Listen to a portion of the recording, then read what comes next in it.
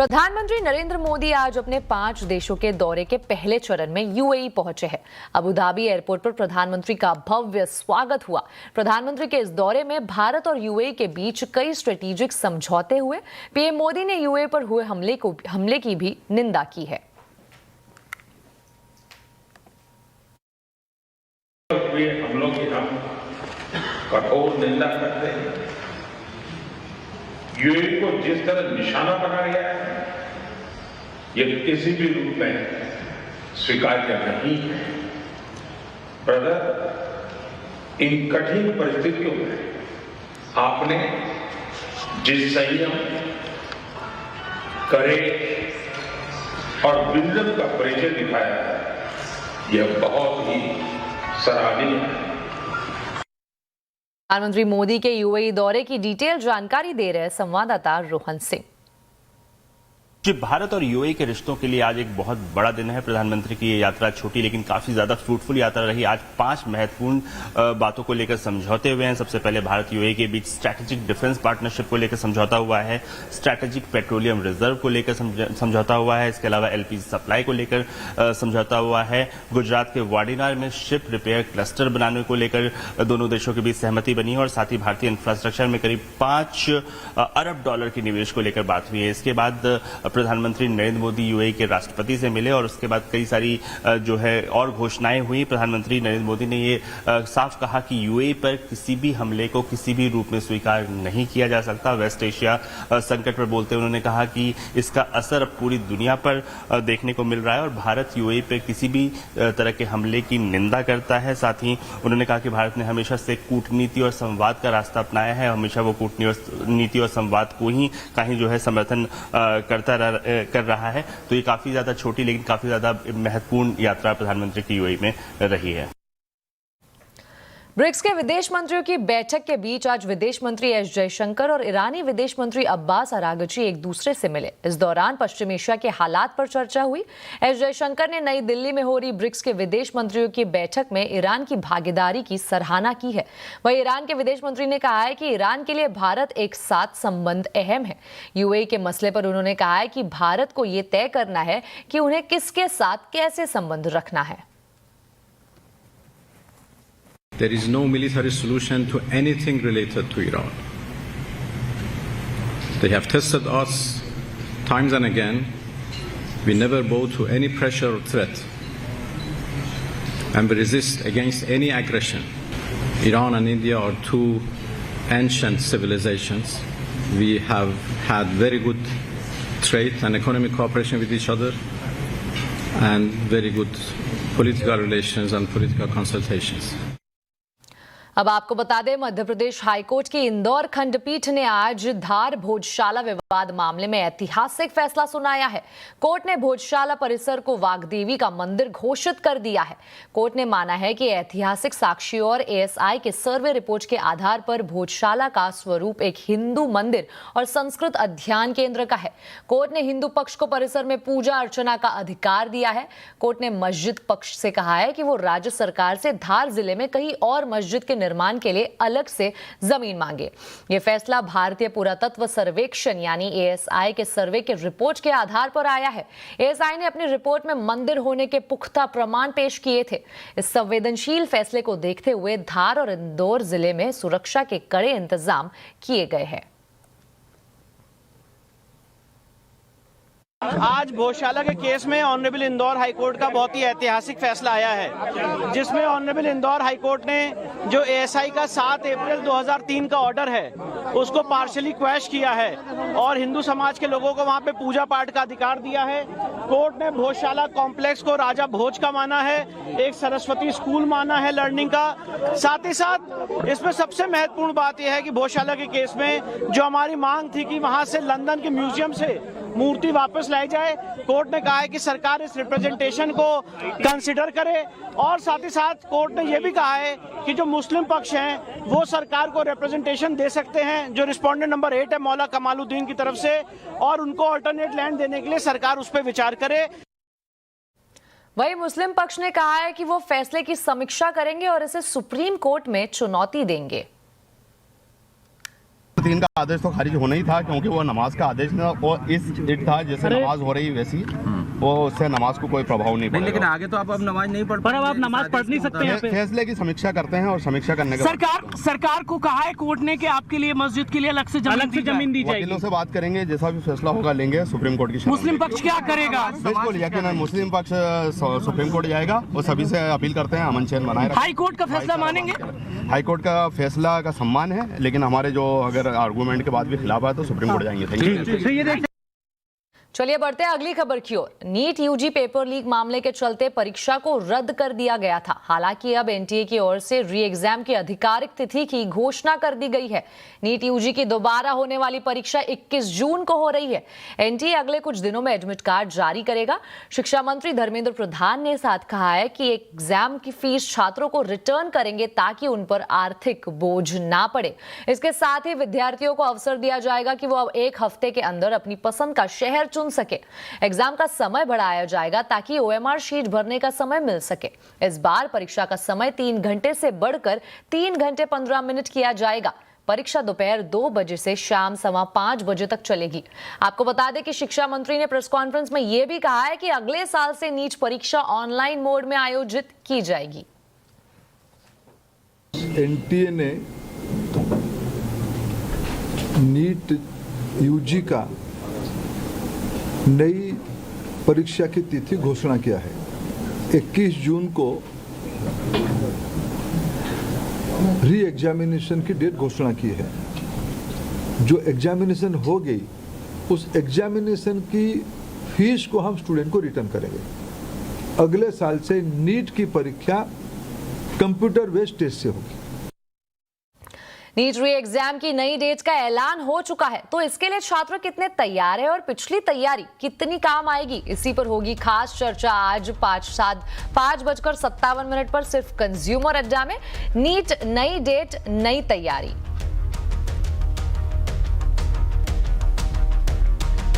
एक बार फिर आम आदमी की जेब पर महंगाई की मार पड़ी है। देश भर में पेट्रोल डीजल की कीमतों में 3-3 रुपए की बढ़ोतरी कर दी गई है। दिल्ली में अब पेट्रोल 97 रुपए 77 पैसे प्रति लीटर में मिलेगा, तो डीजल की कीमत भी अब बढ़कर 90 रुपए 67 पैसे प्रति लीटर हो गई है। नए दाम आज से लागू कर दिए गए हैं। करीब 4 साल बाद पेट्रोल डीजल के दामों में बढ़ोतरी की गई है। वहीं महानगर गैस ने 14 मई को मुंबई में सीएनजी की दामों में 2 रुपए प्रति किलो का इजाफा किया था, तो आज इंद्रप्रस्थ गैस ने दिल्ली में सीएनजी के दाम 2 रुपए प्रति किलो बढ़ा दिए हैं। तो पेट्रोल और डीजल के दामों में आज से बढ़ोतरी के बाद आम जनता क्या कह रही है? हमारे संवाददाता आलोक प्रियदर्शी ने दिल्ली के एक पेट्रोल पंप का जायजा लिया है और वहां लोगों से बात की है।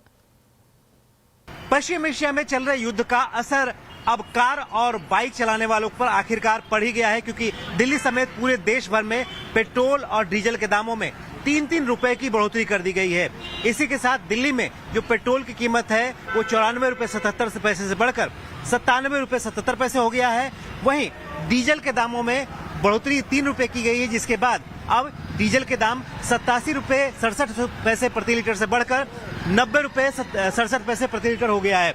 और अब आखिरकार जो लोग हैं उनका क्या कहना है इस पेट्रोल और डीजल के दामों में बढ़ोतरी कर? आप तो बाइक चलाते हैं, अब पेट्रोल के दाम 3 रुपए बढ़ गए, आज से क्या कहेंगे? भाई सर, जो प्राकृतिक मतलब सामाजिक आपदा आई है उसको देखते हुए हमें मतलब स्वीकार करना पड़ेगा। मैं क्या करना पड़ेगा? आपको पता नहीं था पेट्रोल डीजल के दाम बढ़ने वाले हैं?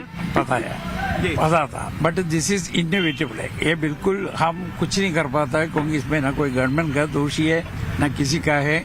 आपको पता है वार चल रहा है, सारा वो पेट्रोलियम प्रोडक्ट सब उधर बंद हो गया हुआ है। अब पता नहीं क्या क्राइसिस आ रहे हैं, क्या प्रॉब्लम आई है, कुछ भी नहीं पता, कुछ समझ में ही नहीं आ रहा है। बस ये कि अब जैसा भी एक्सेप्ट तो करना ही पड़ेगा। जो ऑयल कंपनियां यानी सरकारी तेल कंपनियां हैं, उनका करीब पेट्रोल पर प्रति लीटर 25 रुपए और डीजल पर 45 रुपए प्रति लीटर बेचने पर घाटा हो रहा था। और हाल में ही पेट्रोलियम मंत्री हरदीप सिंह पुरी ने यह भी कहा था कि ऑयल मार्केटिंग कंपनियों को हर दिन 1000 करोड़ रुपए का नुकसान हो रहा है, यानी कि लगभग 30 से 35 हजार करोड़ रुपए का नुकसान हर महीने ऑयल मार्केटिंग कंपनियों को उठाना पड़ रहा था। जाहिर सी बात है ये लगातार अनबियरेबल होता जा रहा था, लिहाजा जो पेट्रोल और डीजल के दामों में 3-3 रुपए बढ़ोतरी का फैसला किया गया है। वहीं पेट्रोल डीजल के दामों की बढ़ोतरी पर यूपी के सीएम योगी आदित्यनाथ का बयान आया है। उन्होंने कहा है सप्लाई चेन बनाए रखने के लिए कई प्रयास जारी है। दुनिया में बड़े देशों में दाम कई गुना बढ़े हैं। भारत ने दाम नियंत्रित कर रखा था। ईंधन की आपूर्ति के सप्लाई चेन को सुचारू रूप से बनाए रखने के लिए लगातार प्रयास है। दुनिया के अंदर बड़े बड़े देशों में डीजल, पेट्रोल, एलपीजी के दाम कई गुना बढ़ गए हैं। भारत ने अब तक नियंत्रित करके रखा, लेकिन हमें विपक्ष के नकारात्मक राजनीति और नकारात्मक नैरेटिव का शिकार नहीं होना है। अगर देश हित में कोई निर्णय लिया जाता है तो हमें प्रधानमंत्री मोदी जी के साथ खड़ा होना होगा, देश के साथ खड़ा होना होगा। याद रखना, देश से बढ़कर के कोई नहीं। अब एक नजर आज के बाजार के हाल पर। कारोबारी हफ्ते के आखिरी दिन बाजार में दबाव का माहौल देखने को मिला है। दिन भर उतार चढ़ाव के बाद बाजार ऊपरी स्तरों से फिसलकर लाल निशान में बंद हुआ। सेंसेक्स और निफ्टी दोनों इंडेक्स गिरावट के साथ क्लोज हुए। मिड कैप और स्मॉल कैप शेयरों में भी दबाव देखने को मिला है। कैसे रहा आज के बाजार का हाल, जानते हैं आशीष चतुर्वेदी से। आशीष, बताइए। चलिए, हफ्ते के आखिरी कारोबारी दिन आप मार्केट में देखें तो गिरावट के साथ क्लोजिंग देखने को मिली। हालांकि शुरुआत बढ़िया हुई थी, लेकिन फिर जैसे जैसे हमने देखा कि रुपए में गिरावट आई, मार्केट में भी आपको गिरावट का नजर आया एक्शन। निफ्टी बैंक को देखें, निफ्टी को देखें, सेंसेक्स सब लाल निशान में। और अब तक जो स्मॉल कैप और मिड कैप में तेजी का रुझान था, आज थोड़ा सा थम गया, जहां पर आधे से थोड़ी सी ज़्यादा की गिरावट आपको स्मॉल कैप और मिड कैप में नजर आई। चलिए दिखाता हूं आपको निफ्टी के गेनर्स की लिस्ट। और इसमें अगर आप देखें तो स्टॉक्स बड़े इंटरेस्टिंग आपको नजर आएंगे। टेक महिंद्रा है, इन्फोसिस, डॉक्टर रेड्डीज और टाटा मोटर्स पीवी, जिसके आए नतीजे यानी आईटी और फार्मा, इन्होंने आज काफ़ी बढ़िया किया। वहीं गिरने वाले स्टॉक्स की बात की जाए तो इसमें आपको इटर्नल, टाटा स्टील है, नेस्ले और हिंडाल्को, यहाँ पर थोड़ी सी गिरावट आपको नजर आई। लेकिन पूरे मार्केट के एक्शन को समझाता हूँ एक बेहतर तस्वीर के साथ। सेक्टर का एक्शन देखिए। इंडिया विक्स थोड़ा सा बढ़ा 1%, लेकिन capital markets, defence, PSU banks, financials bank, यहाँ पर आपको गिरावट देखने को मिली। अब आप ऑटो को देखें तो बिल्कुल फ्लैट क्लोजिंग। आईटी ने आज कमाल कर दिया। एक समय ऐसा था कि निफ्टी आईटी इंडेक्स 2-2.5% तक की तेजी था। हालांकि बाजार बंद होते होते वहां पर भी थोड़ी सी गिरावट आ गई। एफएमसीजी आधे प्रतिशत ऊपर। फार्मा में काफ़ी बढ़िया एक्शन देखने को मिला, लेकिन रियलिटी में पेन गहरा है। लगातार यहाँ पर आपको गिरावट देखने को मिली। एनर्जी की बास्केट काफ़ी मिक्स, और मेटल स्टॉक्स में भी देखें तो तकरीबन 2% का कट आपको नजर आया। और आज आवाज अड्डा में भी हम बाजार पर ही चर्चा कर रहे हैं। गिरता रुपया, चढ़ता तेल, बाजार का उलझा खेल। जरूर जुड़िए शाम 7:57 पर।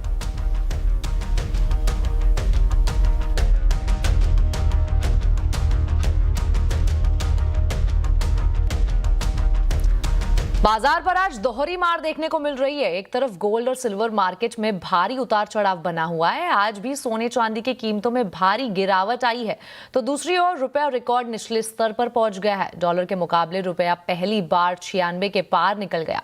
वहीं मुनाफा वसूली का दबाव है, तो कहीं डॉलर की मजबूती ने बाजार की बेचैनी बढ़ा दी है। गोल्ड सिल्वर से लेकर रुपये तक मची इस हलचल के पीछे आखिर वजह क्या है और कब तक जारी रह सकती है ये उथल पुथल, जानते हैं मनीषा गुप्ता से। मनीषा जी, बताइए। जी हाँ, इस हफ्ते की हेडलाइन क्लियरली इंडियन रुपी है, जहां पर हमने 2% की गिरावट 6 दिनों में आते हुए देखी है। और इसी के साथ साथ इस साल की अगर बात की जाए तो 7% तक रुपया अब फिसल चुका है। 2025 में हमने रुपए में 5% की गिरावट आते हुए देखी थी, लेकिन अगर आप पिछला वित्त वर्ष यानी कि FY26 देखें तो करीबन 10% की गिरावट थी, जो कि 2013 के बाद सबसे बड़ी गिरावट रुपए में दर्ज हुई है। इतने समय में रुपए में जो गिरावट है वो पहले तो ट्रेड टैरिफ्स की वजह से थी, उसके बाद जियोपॉलिटिकल टेंशंस हैं, और सबसे बड़ा रीज़न इसके लिए कच्चा तेल भी है, जो कि वॉर से पहले करीबन $60-70 के आसपास था, जो अब बढ़कर 100 के ऊपर लगातार बनता हुआ नजर आया है। कच्चे तेल में आज हमने 109 प्लस काइंड ऑफ लेवल्स बनते हुए देखे। वो इसलिए क्योंकि यूएस और ईरान के बीच में पीस टॉक्स को लेके इस हफ्ता बिल्कुल जीरो रहा। कोई कॉन्वर्सेशन उन दोनों कंट्रीज के बीच में नहीं हुई। जहां तक यूएस चाइना की बात है, वेल यूएस प्रेसिडेंट की तरफ से तो यहाँ पर काफ़ी स्टेटमेंट्स आई, लेकिन चाइना की तरफ से ऐसी कोई ठोस स्टेटमेंट हमने आते हुए नहीं देखी। स्ट्रेट ऑफ हॉर्मुज अभी भी यहाँ पर बंद है और बाजार को लगता है कि अगर स्ट्रेट ऑफ हॉर्मुज नहीं खुलता है तो शायद हम फिर कोई मिलिट्री कॉन्फ्लिक्ट यहाँ पर फिर से बनता हुआ देखें, और एग्जैक्टली यही एक चीज़ यहाँ पर बाजार में थी। एक्विटीज़ में गिरावट थी, एफआई आउटफ्लोज फिर से बनते हुए नजर आए, कच्चा तेल 110 के आसपास जा रहा है और रुपए में एक भारी गिरावट है। तो अगर ओवरऑल मार्केट सिनेरियो को यहाँ पर देखा जाए तो सेफ हेवन बाइंग हमने डॉलर इंडेक्स में यहाँ पर आते हुए देखी, और इसी के सामने न सिर्फ इक्विटी बल्कि सोना, चांदी, कॉपर, जिंक, एल्यूमिनियम, इन सभी मेटल्स में भी करीबन 2 से 6% तक की यहाँ पर आज गिरावट देखने को मिली है। तो एब्सोल्युटली एक रिस्क एवर्स वाला दिन यहाँ पर रहा, जहाँ पर एक भारी कीमत चुकानी पड़ी यहाँ पर इंडियन रुपी को, जहाँ पर 96.10 तक के लेवल्स भी हमने यहाँ पर निकलते हुए देखे। तो मंडे का भी यहाँ पर इंतजार रहेगा कि वीकेंड में किस तरह की स्टेटमेंट्स निकल के आती हैं, उसके ऊपर यहाँ पर मंडे डिपेंड करेगा। शुक्रिया मनीषा जी इस पूरी जानकारी के लिए। इस साल मानसून सामान्य से 5 दिन पहले आ सकता है। अंडमान सागर में मानसून सक्रिय हो चुका है। मॉनसून विभाग के मुताबिक 26 मई को मानसूनी हवाएं केरल तट पर दस्तक दे सकती है। डिटेल जानकारी दे रहे असीम मनचंदा। मॉनसून के अंडमान सागर में सक्रिय होने की शुरुआत हो गई है और अगले 24 घंटे के अंदर अंडमान के ऊपर दस्तक दे देगा और 26 मई को केरल तट के ऊपर मॉनसून अपनी दस्तक दे देगा। सामान्य से ये 5 दिन पहले मॉनसून की दस्तक होगी। दरअसल ये साल इस बार अल नीनो का साल है, तो मॉनसून इस बार सामान्य से 5 दिन पहले केरल के ऊपर दस्तक देने जा रहा है। खासतौर पर कि मौसम विभाग ने कहा कि इस साल बारिश सामान्य से कम रह सकती है। मॉनसून एक बार दस्तक देने के बाद हो सकता है कि मॉनसून में रुकावट भी आपको देखने को मिले और जिसकी वजह से बारिश में कमी भी आपको देखने को मिले। पेट्रोल डीजल की खपत कम करने के लिए सभी सरकारी मंत्रालयों ने कमर कस ली है। मंत्रियों के साथ चलने वाले काफिले से लेकर work from home, car pooling, electric vehicle को बढ़ावा दिया जा रहा है। कौन सा मंत्रालय क्या कदम उठा रहा है, बता रहे संवाददाता असीम मनचंदा।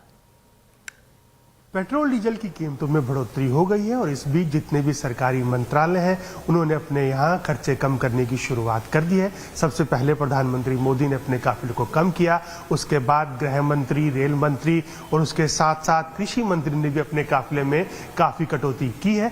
बाकी जितने मंत्रालय हैं उन्होंने भी अपने यहाँ पर कई सारे डायरेक्शंस लेने की शुरुआत कर दी है। सबसे पहले जो पावर मंत्रालय है उसने यहाँ अपने जितना भी वर्कफोर्स है उसमें 20% वर्कफोर्स को घर से काम करने की सलाह दी है।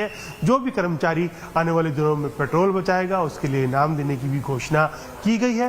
कृषि मंत्रालय ने अपने यहाँ पर जो भी कर्मचारी उनके लिए 2 दिन वर्क फ्रॉम होम करने की घोषणा ऑलरेडी कर दी है। जितने भी विदेशों के अंदर बैठकें कर्मचारियों की होने वाली थी उनको रद्द कर दिया। उन्हें कहा कि आप फिलहाल बैठकें उनमें ना जाएं। इसके साथ साथ एक और बड़ा कदम उठाया गया है, जितनी भी बैठकें आसपास उनको करनी है उनको वर्चुअली मोड के अंदर करने के निर्देश दे दिए गए हैं। उसके अलावा जो हाउसिंग मंत्रालय है उसने जितने भी सरकारी कर्मचारी हैं उनके लिए पूलिंग की पॉलिसी स्टार्ट कर दी है। अपने घर के पास से बस पकड़ करके, सरकारी बस पकड़ करके अपने ऑफिस पहुंच सकते हैं। इतना ही नहीं, मेट्रो से भी जो फीडर बस की शुरुआत कर दी गई है। लोग मेट्रो से आए और उसके बाद फीडर बस पकड़कर अपने मंत्रालय जा सकते हैं और जितने भी सफर है उसके दौरान इलेक्ट्रिक गाड़ियों को तरजीह देने की घोषणा की गई है।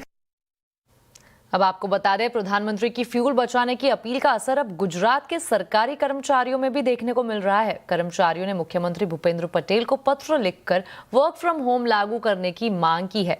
कर्मचारियों ने मुख्यमंत्री के सामने आखिर क्या क्या मांगे रखी है वो जानने की कोशिश की हमारे संवाददाता केतन जोशी ने।